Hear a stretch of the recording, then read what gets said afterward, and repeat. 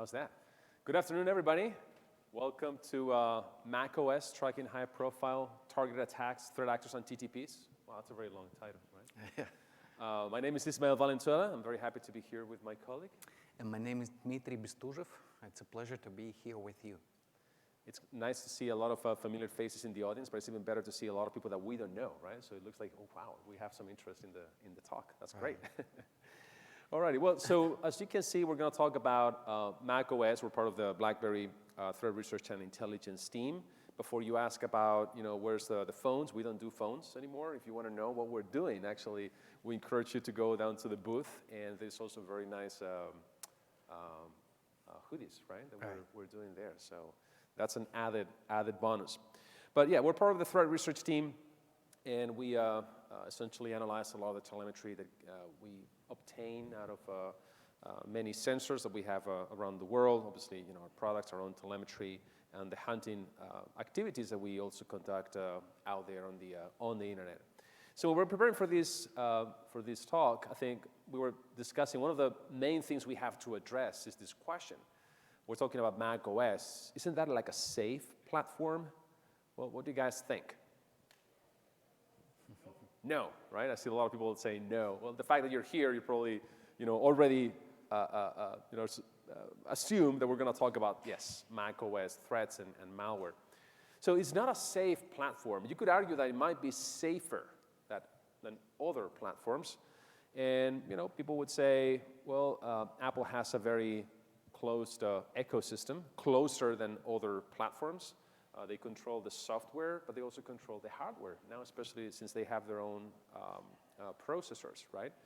And they have things like Gatekeeper that will control through certain best practices whether the software that that you're going to execute on the Mac OS is safe or not. And there's a lot of other mechanisms that we're not going to explain here in detail. But the reality is that there's no such thing as a 100% safe platform, as you can imagine, and that's what we're going to be discussing in this talk. In fact, since we started to do these quarterly threat reports or global threat reports, we have been covering macOS threats as one of the main sections, right, in our reports. And together with Dimitri and the rest of the team, we have been looking at what are the threats across Windows, across macOS, Linux platforms. And if you look at the latest report that we just published yesterday, it was available to the public. You can go and search this on our BlackBerry website. You can see how there's an increasing number of malware targeting macOS platforms. So how is that different from what we see on Windows before we get into the meat of this presentation? Well, I think this summarizes a little bit the different landscape here. For example, on Windows, yes, we have downloaders that will run as phase one or stage one, reaching out to command and control infrastructure to download the stage two. This typically binary that is going to be doing all the malicious activity. Obviously, ransomware, info stealers, credential stealers, file infectors, and RATs or remote access Trojans. On macOS, we have seen, and this is based more on the things that we have seen over the last year, a lot of spyware, adware, proxy malware. So this is like code that will be running on your endpoint that is going to proxy the traffic, right? It's going to look at the traffic generated by different processes and then intercept that, maybe stealing some information out of it as part of this network traffic. Browser hijackers. We're going to explain a lot, some of the behaviors here, and then, different type of malicious agents. So what is that you don't see there? What is that you don't see on the Mac OS? Ransomware, exactly. Well, we're going to see if this has changed in the last few weeks by the time we close this presentation. So what we're going to be doing now is we're going to be discussing like two major sets, right, of macOS threats. So Dimitri is going to cover the targeted attacks, nation states, APTs. We're going to be discussing the attackers, their motivation. We're going to do analysis of some of the implants. So Dimitri is going to take us on a journey on the analysis of these implants. And then after that, we're going to talk about cybercrime, more like commodity malware, right? If you want, where we're going to be discussing some of the most common things that you might find on a macOS platform. Towards the end of the presentation, we're going to combine all of these different behaviors and TTPs and talk about these are the most common things that we see on the macOS platform, and this is what you want to do to defend against these, the countermeasures that we recommend. So, Dimitri, Thank you. Yes, tell us thank you. more about these APTs. Right, so when we think about macOS and targeted attacks, we got to understand that targeted attacks, they usually have a reason, and it's not money, like by default, like comparing to the cybercrime. So what is the motivation? Well, unless it's Lazarus or Lazarus. Lazarus, it's publicly attributed to North Korea. And when we go through the history of North Korea and geopolitics, we find the reason why is Lazarus is going behind macOS users. So let's begin. First, Lazarus is publicly attributed to North Korea, and it's been under the sanctions since the earliest 1990. So it's been like a lot of time. For some, probably even like it's longer than your age is. And however, like the heaviest sanctions came over the North Korea was like in 2017. So imagine like when you live in a country which is underdeveloped, it's like fully militarized, and now you can't even trade like things, like do stuff. So what you're gonna do? Probably you will target cryptocurrency. In why? We're gonna see that in the next slide. But the threat, like the group specifically, like campaign, which is behind the targeting macOS users, it's Apple Juice, we call it so, and it's an internationally like accepted name, let's say, for that group and that specific campaign. So what happened before that? Like why to target macOS users? So you see, this is the timeline of Bitcoin, right? We remember that North Korea has been under the sanctions like since 1990, let's say, to 2017, when it became like super hard, very, very impossible to live and to work on, while Bitcoin achieved its maximum like in 2018 by that time. So imagine what can they do, like North Korea in that case? Of course, to target basically cryptocurrencies, investors, right? But by 2018, cryptocurrency investors, they realized having Windows machines, it was absolutely insecure, unsafe, and it was a horrible decision because, you know, all sort of info stealers, rats, everything, just Trojan spies were just right there. And imagine when you have like millions of dollars invested in cryptocurrency, to become a target and a successful target, when you have a Windows, it's just like, I mean, you don't want to take that risk. So what people did, like, you have money, you have Bitcoins, you say like, okay, there are a lot of like different malware families targeting Windows. What will I do? Of course, I'm gonna move to macOS because it's a secure platform. It's like no viruses, no malware, it's safe. Finally, I can just keep, you know, like working with my cryptocurrency and to make it safely to wherever I want to go. So that is the context. That is why Lazarus is one of the APT groups, nation-state groups, targeting actually macOS users. So how do they do that? Usually they employ different like social engineering techniques. There are no 0 days, there's nothing like that. But when you think about the word investor, what comes to your mind, right? It's like about buying, it's about selling, it's about looking for new like trading platforms. It's not about like, okay, you got like one Bitcoin and you're sitting there and waiting until it can become like $1 million. So those guys, like, I mean, crypto investors on macOS, they browse internet, they browse social networks. So they look actively for different exchange platforms and such. And that made possible that the threat actors behind Lazarus, they started impersonification of legitimate services, like this one you see, for example, here on the screen. It's a copy of a malicious website, smart cryptocurrency arbitrage trading platform, because of scam and so.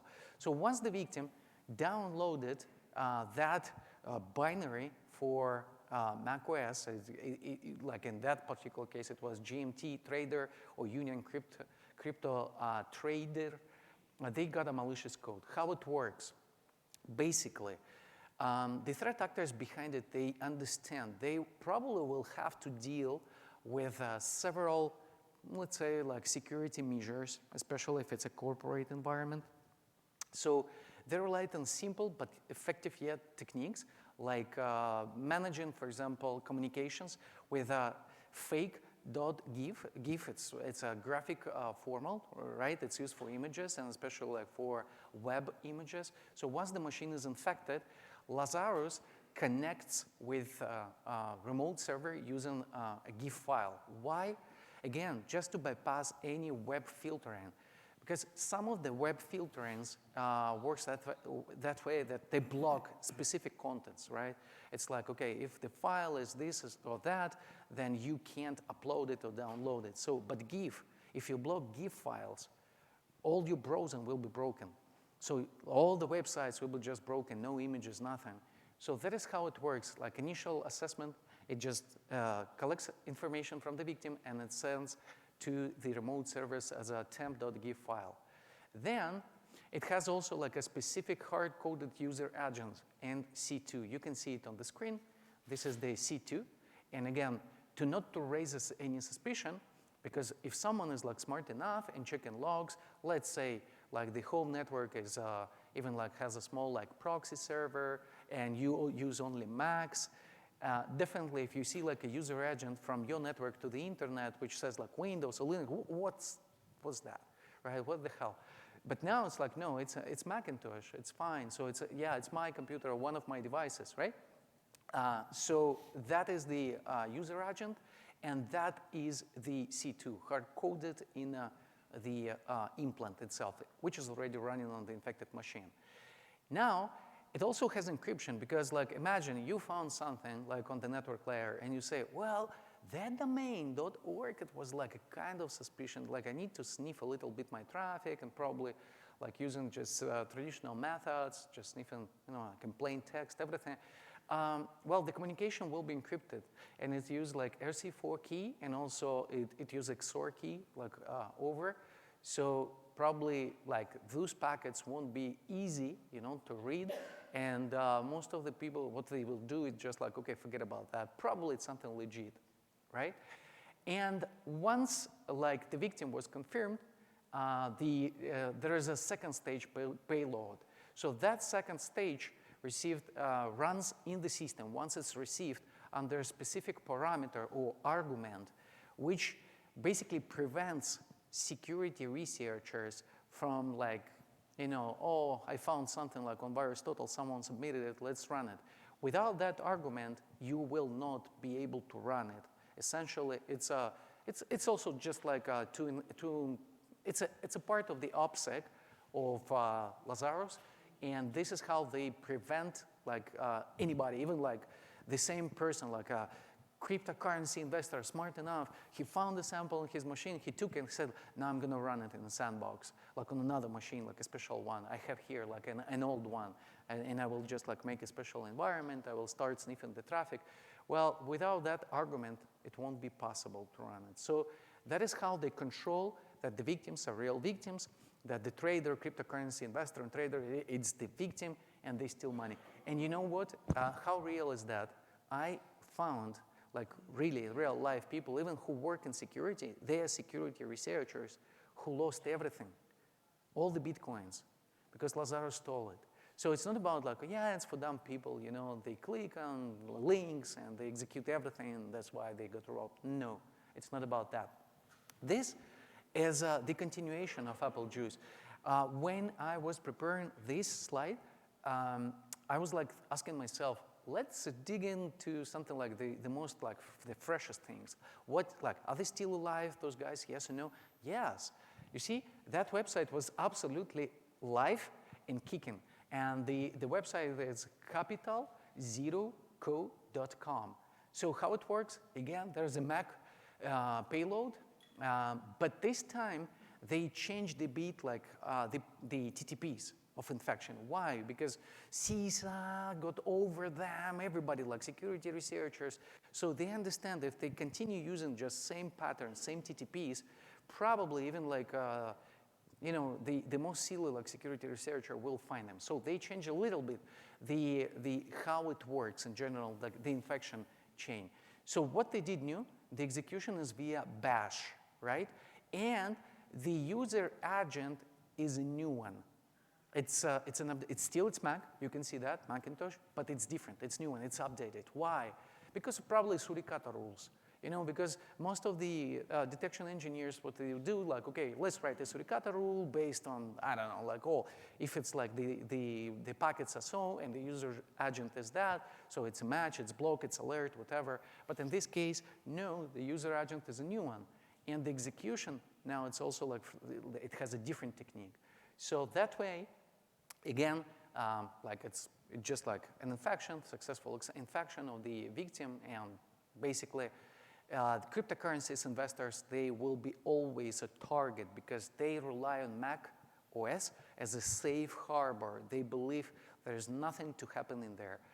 Now, what happened just a few weeks ago, you remember that? It was a supply chain attack abusing 3CX software. It's a VoIP company. And we found like people discussing it like on 17th of March. Hey guys, I just installed this and that, and I got a problem. And I was saying like, yeah, also my product, also like showing like, blocking stuff. Basically, it's a false positive, you just like need to add it to the whitelist, so let's wait for the patch. Until it became public, you saw it. It's like everybody knew, okay, 3CX basically was compromised. And now we know that it's not 3CX who was compromised, it was another vendor compromised, and then credentials were stolen from 3CX developer, and then they got to the 3CX, and then they deployed like what we now know like first stage and second stage backdoors, right? So this is the timeline from one of our papers we published. It's interesting that this campaign was found when? In March, so it's just like a month ago, less, right? But when you go and check timestamps, domains, when they were registered, so it take us to at least like the end of 2022, November, like more or less that time. So you can see how much time does it take to uncover even like a widespread threat, like 3CX, it's a software like used by many. Imagine how much time does it take really to one crypto investor to realize that his machine was infected. Of course, if there is an impact, if you lost everything, your wallet is in zero. Oh yeah, you saw the impact like immediately, right? But if not, you will be like struggling forever because you will not like find it easily in your system. Because in Windows, we have like so many tools like sysinternals, like everything. You can like hunt like there are a lot of instruments. But in Mac, the expertise for many is just very low, while like you don't have same tools as you have for Windows when it's about threat hunting. So how it works essentially, it's a huge package, almost 200 megabytes, right? And this is a real image, real files names. So inside of that, you have like hundreds of files. There is a small library, and that library, it's 5 megabytes in weight. And once executed, and why executed? Because it was legitimately signed with a legitimate certificate. So it's like it's whitelisted, essentially. So it's like Mac will not say, hey, there's something strange. Do you really like to run it? Oh, go to system preferences. Go to and just enable it. No, it will be just smooth. Let's execute it. And you see, like this is the configuration of that library. And it says it can run unsigned libraries and packages in the memory. Like, okay, no need even like to have a signature for that. And it can dynamically also run libraries into the memory. So basically it's a full game over. So again, how it works, what happens when the machine is infected? First, it collects information about the host. Why?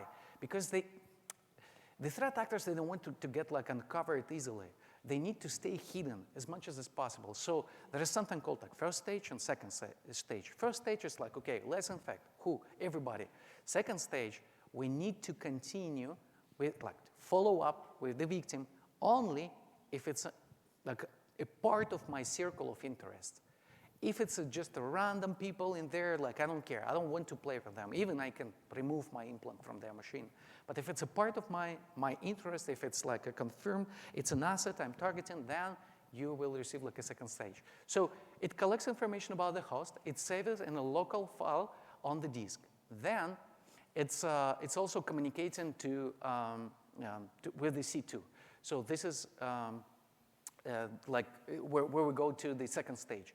It drops second stage once the system is confirmed. So there is a human in the back confirming, like, okay, there is information collected from the infected system. Okay, it's received, but what is the IP address? What are the paths? What is the file, the computer name?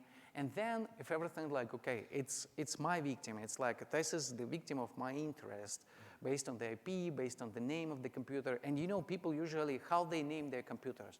Oh, this is Dmitry Bestuzhev Mag's book. Oh, yeah. And those guys, what they do is just use Google. You know, they go to LinkedIn. Who's that guy? Oh, crypto investor. Look at that guy. Smart. Okay, let's drop him in the second stage. And then the second stage, it's update agent name, right? It's running in the system. And again, it receives information like from the C2. You see that C2? It's also in there. And the information, it's managed in a JSON format, and it basically, you know, it's everything like what the threat actor needs. And that is the path, right? Okay, now let's speak about cybercrime. Now, Dima, I wonder if you had any problems with cryptocurrencies, right? A crypto wallet. And, if you did anything, you know, against North Korea, then maybe got very interesting. No. Well, the reality is that you might be thinking, well, you know, I'm not probably a target for a nation state, right? I don't have anything that a nation state will want from me. But the reality is that the lines are more blurred than ever. And a lot of the tools that we are going to see now that are like, you know, commodity used by cybercrime with, you know, similar motivation. At the end of the day, it's about stealing, right? Either stealing data or stealing money, monetizing this. Sometimes we see this as a first stage. We see this as a precursor or, you know, maybe an initial stage access, threat actors that will collect the information and sell it in the dark web for maybe nation states that might be interested in this type of access, depending on the company we're talking about or the particular target. So let's talk about some of the campaigns, the objectives, and the technical analysis.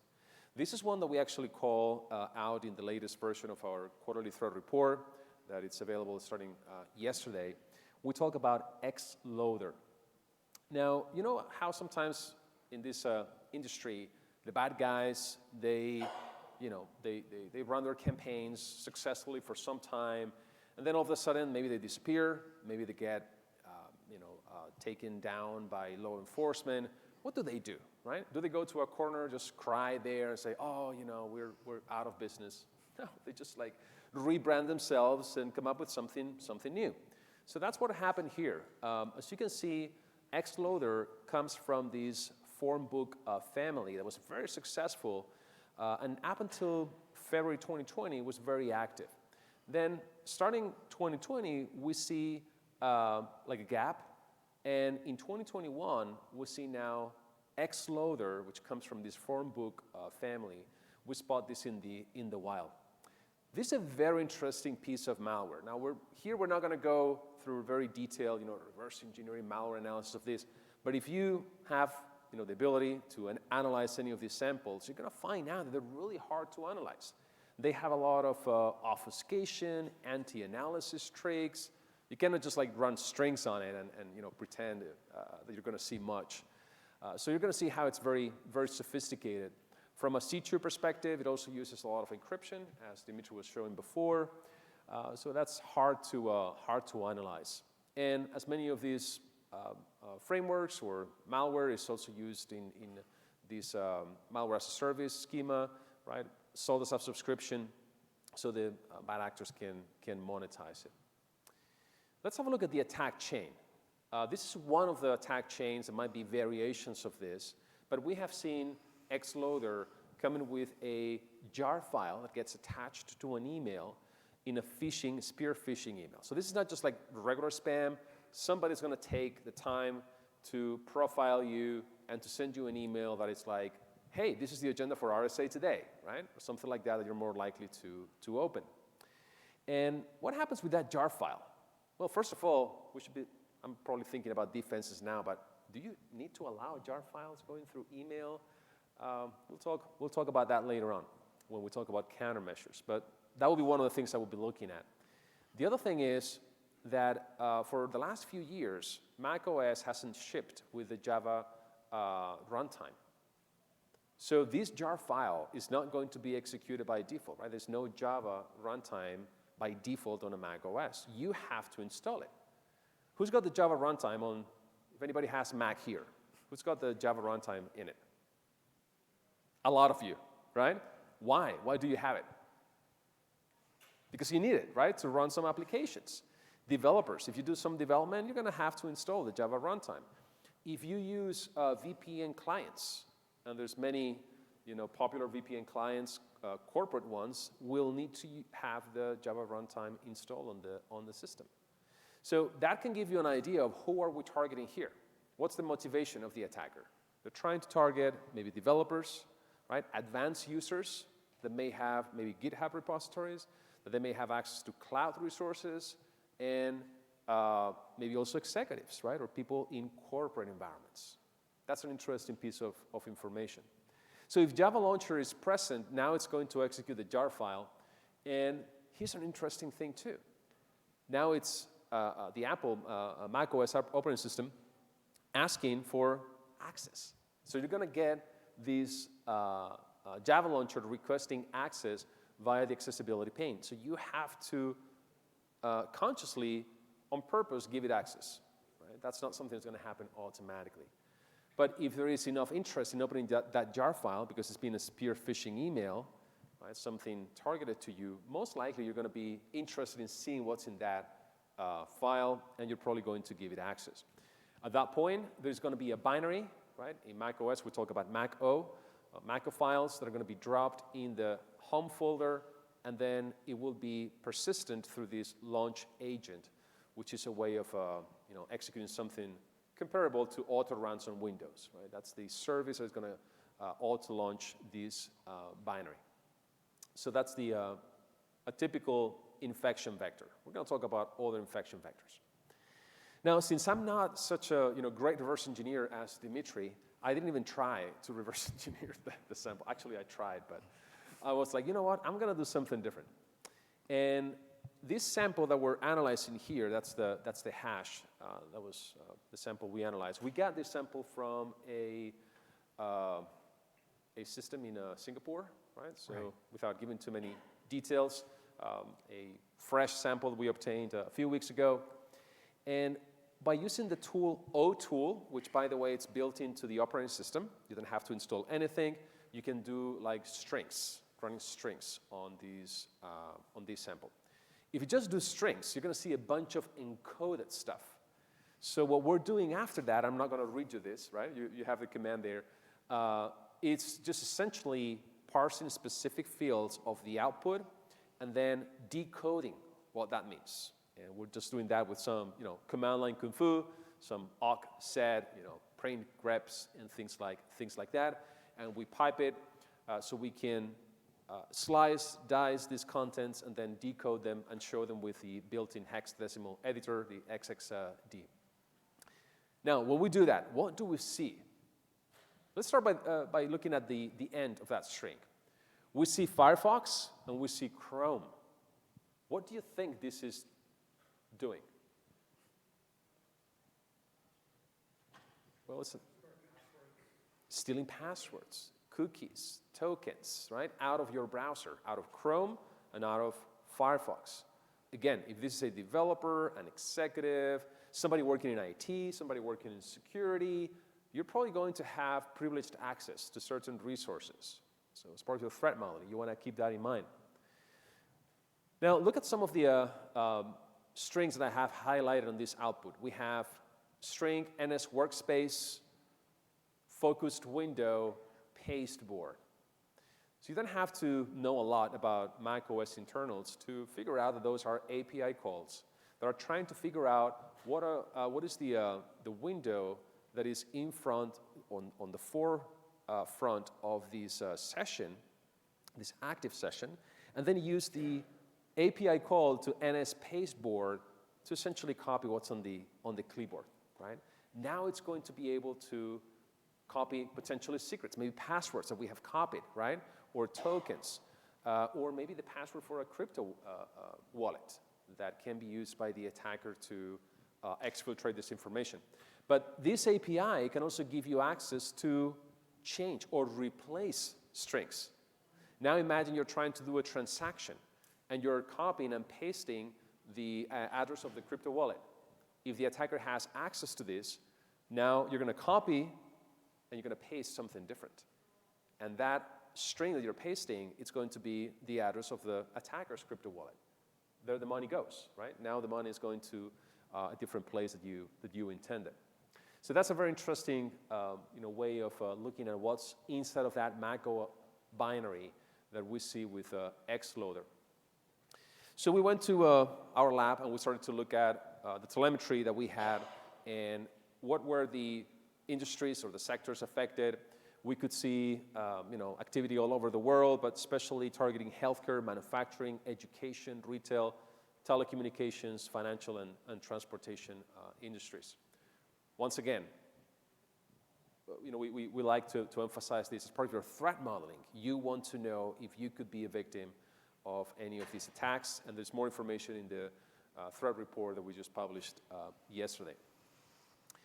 Let's look at a real example, because sometimes we tend to focus too much on the malware analysis, but I like to zoom out as well and see the bigger picture.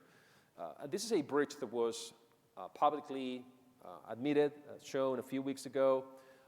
On January the 13th, the CTO of Circle CI went out and published this blog post acknowledging that on January 4th, they sent out an email to all the customers saying that they had suffered a breach. Now, as part of that breach, there was a developer that got infected on December 16th. They got infected with Xloader on macOS. Again, a developer, right? So these tokens or authenticated cookies were stolen, and they were used to access these repositories in the cloud, right? And the thing about this is that you have a session established. You may have used MFA, in case you're wondering, right? Well, I use MFA, so what's the risk? You're authenticated already. These session cookies stolen when you are authenticated. So for as long as that cookie is valid or that token, you're going to be, or the attacker is going to be able to impersonate this user and get access to these resources. In that case, just a few days later, the attacker steals data from databases, customer tokens. Now they can also impersonate customers. Keys, dumps the encryption keys from memory, decrypting data that was encrypted. So compliance, anybody? Oh, I encrypted data. We're good, right? And then a few days later, they get an alert, actually from a customer, that there is some suspicious activity. They start doing an investigation, some instant response, and then find out they unfold the entire attack chain. So by January the 4th, they were remediating and they were contacting all of the customers about this. But how did it all start? Again, one developer getting infected with Xloader on a Mac OS system. So that shows you the potential impact. But there are many other different avenues, right, or delivery mechanisms.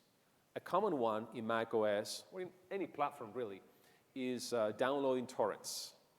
Downloading any type of software via these torrents or peer-to-peer networks, where most often than not, you get some of this malware. Supply chain attacks, and we just saw an example with 3CX, but this is something that we're going to continue seeing. Why? Because this software is approved. It bypasses Gatekeeper, bypasses all of these controls that we have by default on the operating system. This software is signed with a valid signature. It's going to be authorized. But there's a little component in there, a library, that has been Trojanized that can infect the system. a very popular one, right? You may have seen this before. You're browsing the web, and then all of a sudden you get these pop-ups saying, oh, we found malware, right? Or a virus in your Mac OS computer. Click here to download an antivirus or to clean your system. Now, of course, most likely we're not going to fall for something like that, right? Or so I hope. But people that are not conscious or educated in security, they may do something like that. Especially we may have given Mac OS to some less advanced users thinking, okay, well, they're going to be safe because it's a safe platform. And as we're seeing, it's not. Very related to supply chain attacks, PYP, we saw that earlier this year, right? January 2023. Right. Malicious packages wrapped up with these Python package index, which is widely used, again, by developers. You're building your own Python code, your programs, and you have to download libraries. One of these libraries is infected, and you get that supply chain attack. Watering hole attacks or Trojans. That kind of summarizes all of the different mechanisms that we need to consider when we think about threat modeling and potentially building some attack trees related to this. As I said in the beginning, I showed you the summary, right, of all the things we had seen before when it comes to Mac OS ransomware. Now, a few days ago, we knew about Lockbit, the Lockbit group, working on a Mac OS variant of the ransomware. Now, if you look at this first sample that we have here, this was communicated by some of the folks, the Malware Hunter team on Twitter. We started to look at it, and as you can see, there's a really good blog there, Objective-C.org. They have a lot of information about malware analysis on Mac OS. This threat, in particular, is not likely to work. So this first version of this Mac OS ransomware, it's not really a good one. Right? So their QA wasn't very good. Hey, sometimes it happens. Bad actors, they also make mistakes. And the signature is not valid. So if you try to execute this on a Mac system, you're going to see something like that. Right? This file is damaged. You should move it to trash. You're not going to be able to execute it normally. So if you look at the contents of the file, you can see that there is a ransom message and something that clearly indicates that this is a malicious ransomware sample. So should we be okay, right? Oh, this one doesn't really work. There's no threats related to Mac ransomware. Well, no. We expect this to be fixed by the threat actors, by the Lockbit ransomware group. They are obviously capable, and they're going to be probably trying again in the next few weeks or months, and they're going to come up with a version of this ransomware that will definitely work, and we're going to see more of that happening in Mac OS. So that kind of brings to a conclusion the two sections that we wanted to share. Now let's kind of summarize what we have discussed today and talk a little bit about the countermeasures. If you're building a threat model for my organization, you guys do DevOps, you guys have developers, you have cloud resources, executives, people using Mac in your organization. What should I take out of this presentation? Well, I like to talk about identifying users and assets at risk. I usually say that as a cyber defender, you cannot defend everything. One of the things we need to know is that we have to be focused, laser focused on what matters the most to my organization. So identify high-value users and high-value assets. Is there any Mac OS system that is being used by any of those users? Executives, IT staff, developers, crypto investors. Or high-value assets, data, systems holding that data, networks, where we use Mac OS, well, then those assets are at risk. Could be tokens, session cookies, keychain, encryption keys, browser passwords. Any of these data could be at risk. And if this data gets stolen, there's an active session, authenticated sessions, and somebody can impersonate any of those users. What could be the impact? Right? That should be the analysis that we can do based on this information. So based on that, we put together these MITRE ATT&CK techniques, and feel free to, Dima, jump on this one as we go through it, right? Yes. But we have here on red, on the top left corner, we have the most common TTPs that we have observed, right, with these families of Mac OS samples. User execution, malicious file. So that makes sense, right? We need to control the execution of these binaries, of this code on the endpoint. Yes, the Mac OS operating system has like a built-in a built-in endpoint solution, or antivirus if you want to call it. But as you can see, it's been evaded and it will continue to be evaded. So you have to look for something else, right? Look for a solid, proven Mac OS endpoint security solution that is integrated with your other platforms, so you can manage that in a unified way. And make sure that telemetry, the information coming out of these endpoints, they're aggregated and you're monitoring that. So that would be like the most important thing to do. Yes, you have to have endpoint security solution on Mac. Then around that, you can see ingress tool transfer, data encoding, and application layer protocol, web protocols. What is this? This is the command and control, right? How the data goes out of the endpoint, how the data goes into the endpoint. And we talked before about the proxies, right? Attackers can install proxy agents that will break the connection into two, will inspect the traffic, and they can use this to steal secrets. But we can use the same techniques, and we have been using that for a while, to protect our own communications by routing this communication through a secure channel, right? And whether it's in the form of a local proxy or endpoint gateway or CTNA type of solution, zero trust network access, those solutions can give you additional protection and additional visibility. It's not just about protection, right? It's about visibility and the ability to detect these type of techniques. So for example, in many cases, that's part of what we do. We analyze this command and control infrastructure. We embed this into the intelligence of our products, and somebody is going to any of these domains that we know as malicious, where stage 2 is being downloaded. We can block that connection.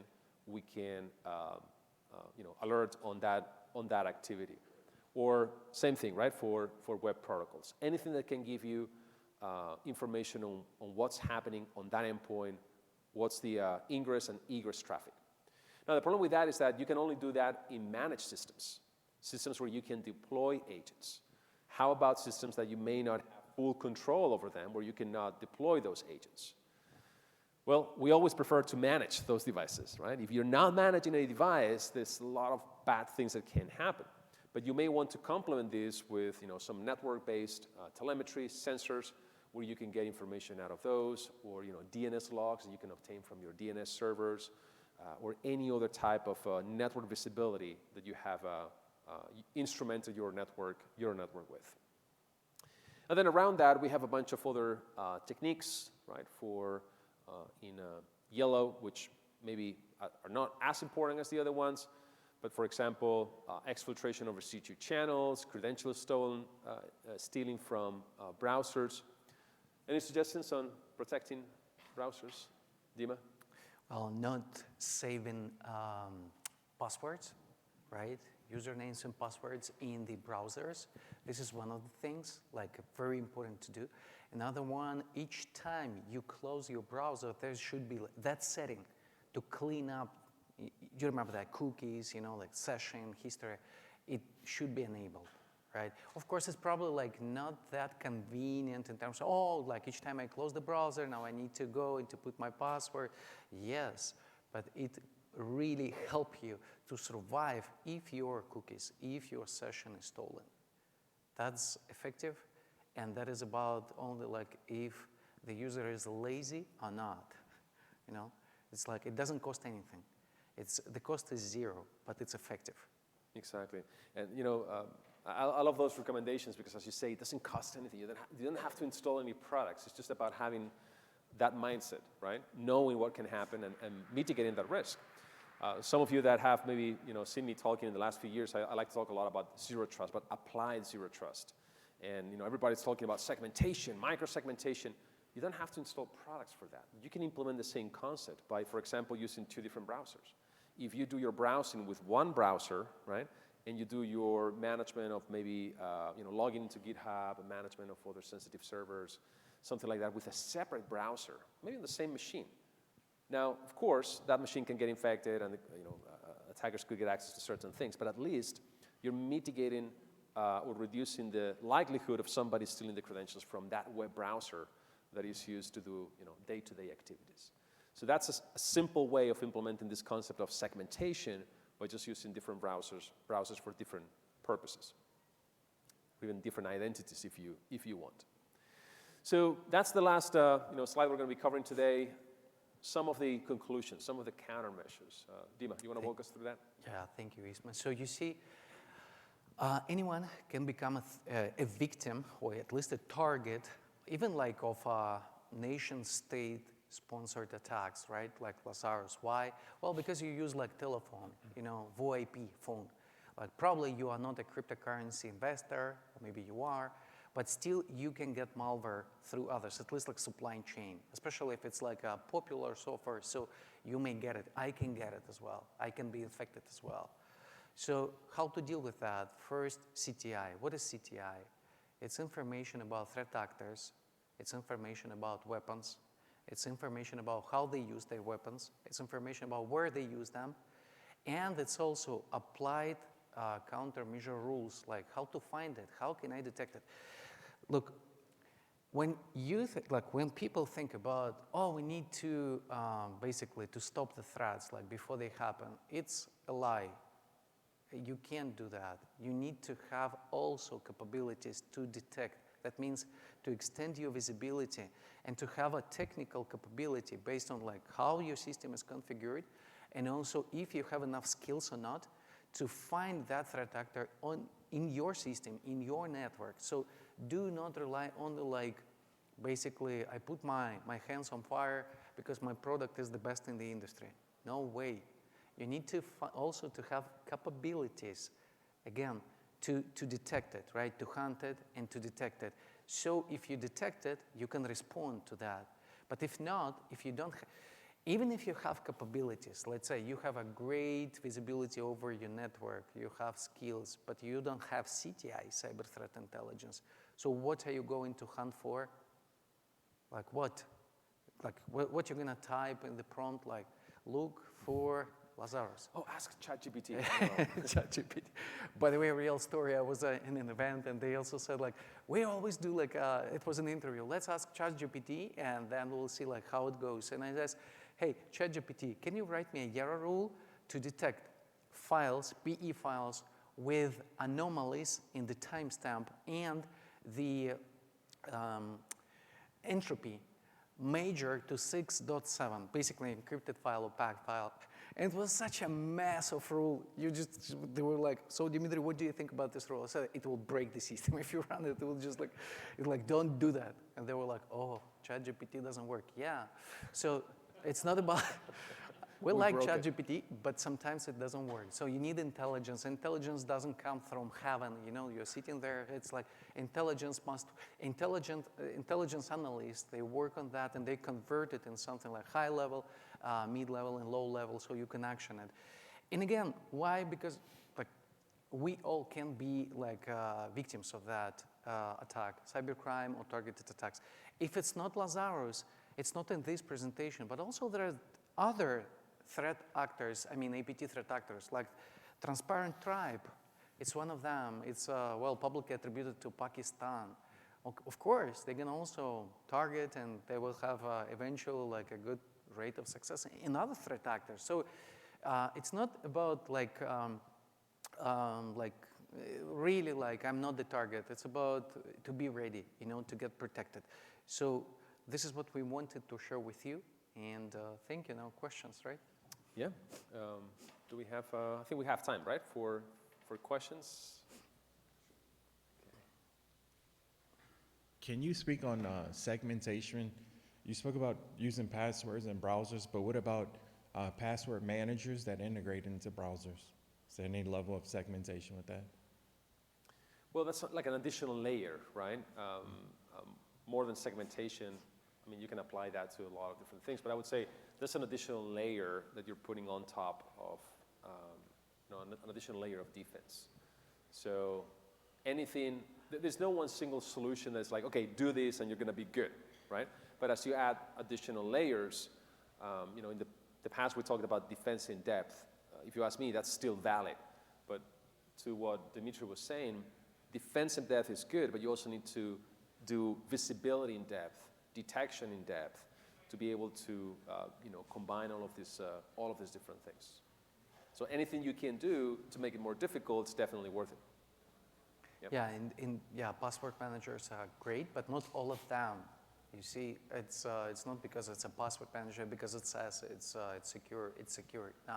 So you get to choose wisely what you're going to do. And also, the weakest part in that is your master password, right, which unlocks your vault. So that one also has to be protected with 2FA. If not, like, okay, all your passwords are gone. Yeah, as we say there, right, principle of least privilege. Still think after so many years.